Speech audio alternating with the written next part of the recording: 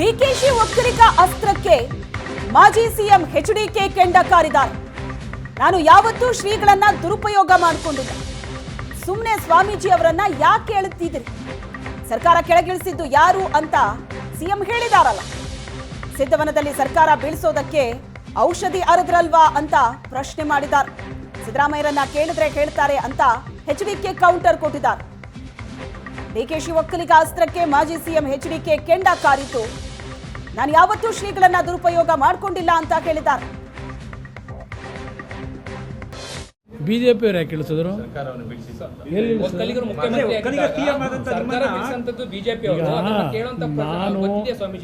ನಾನು ಎಂದೂ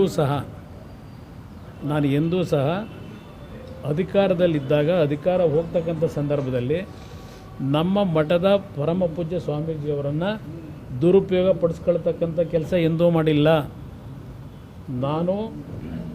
ನನಗೆ ಕೊಟ್ಟಂಥ ದೇವರ ಒಂದು ಆಶೀರ್ವಾದ ಏನಿದೆ, ನನಗೆ ಎಲ್ಲಿವರೆಗೆ ಇರಬೇಕು ಅಂತ ಇರ್ತದೆ, ದೇವರು ಕೊಟ್ಟಿರ್ತಕ್ಕಂಥ ಆಶೀರ್ವಾದ ಅದು. ನಾನು ಪರಮ ಪೂಜ್ಯರನ್ನ ಹೆಸರನ್ನ ದುರುಪಯೋಗ ಪಡಿಸ್ಕೊಳ್ಳೋಕೆ ಹೋಗಲಿಲ್ಲ ಎಂದೂ. ಇದನ್ನು ಅವ್ರ ಹತ್ರ ನಾನು ಕಲಿಬೇಕಾಗಿದೆ. ಮೊನ್ನೆ ಬಂದು ಏನು ನಡೆಸಿದ್ರು ಇಲ್ಲಿ, ಪರಮ ಪೂಜ್ಯರನ್ನ ಉಪಯೋಗ ಮಾಡ್ಕೊಳ್ಳೋಕೆ ಬಂದು ಯಾವ ಥರ ನಡ್ಕೊಂಡು ಹೋದರು. ಪತ್ರಿಕೆಗಳು ಏನು ಹೇಳಿದ್ದಾರೆ, ಜಾತ್ಯತೀತ ಅಂತ ಹೇಳೋರು ಪ್ರತಿದಿನ ಜಾತಿ ರಾಜಕೀಯನ ಮಾಡ್ತಾ ಇರೋದು ಈ ಕಾಂಗ್ರೆಸ್ನವರು. ಇವ್ರು ಯಾವ ಜಾತ್ಯತೀತ ಇದೆ ಇವರಿಗೆ? ಯಾವ ನೈತಿಕತೆ ಇದೆ ಇವರಿಗೆ ಜಾತ್ಯತೀತ ಬಗ್ಗೆ ಚರ್ಚೆ ಮಾಡೋದಕ್ಕೆ? ಅಂದರೆ ಅದಕ್ಕೆ ನಮ್ಮ ಸಮಾಜದ ಜನಗಳು ಅವ್ರ ಹೇಳಿಕೆಗಳನ್ನು ಗಮನಿಸ್ತಾರೆ. ನಮ್ಮ ಸಮಾಜದ ಜನ ಇದ್ದಾರಲ್ಲ, ದಡ್ಡರೇನಲ್ಲ. ಸ್ವಾಮೀಜಿಯವ್ರು ಯಾಕೆ ಕೇಳಬೇಕು? ಸ್ವಾಮೀಜಿಯವ್ರಿಗೂ ಆ ರಾಜಕಾರಣಕ್ಕೂ ಸಂಬಂಧ ಏನು? ಅವರು ಧಾರ್ಮಿಕವಾಗಿ ನಮ್ಮ ಗುರುಗಳು, ಅವ್ರನ್ನ ರಾಜಕೀಯವಾಗಿ ಯಾಕೆ ನಾವು ದುರ್ಬಳಕೆ ಮಾಡ್ಕೋಬೇಕು? ಇದನ್ನು ನಾನು ಕೇಳ್ತಕ್ಕಂಥದ್ದು.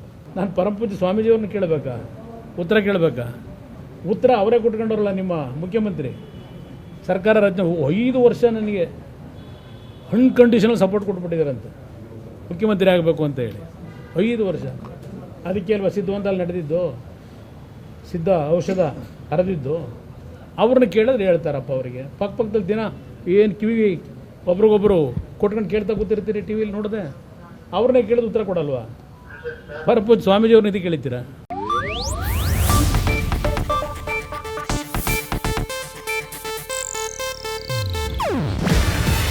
ಇದು ಏಷ್ಯಾನೆಟ್ ನ್ಯೂಸ್ ನೆಟ್ವರ್ಕ್ ಪ್ರಸ್ತುತಿ.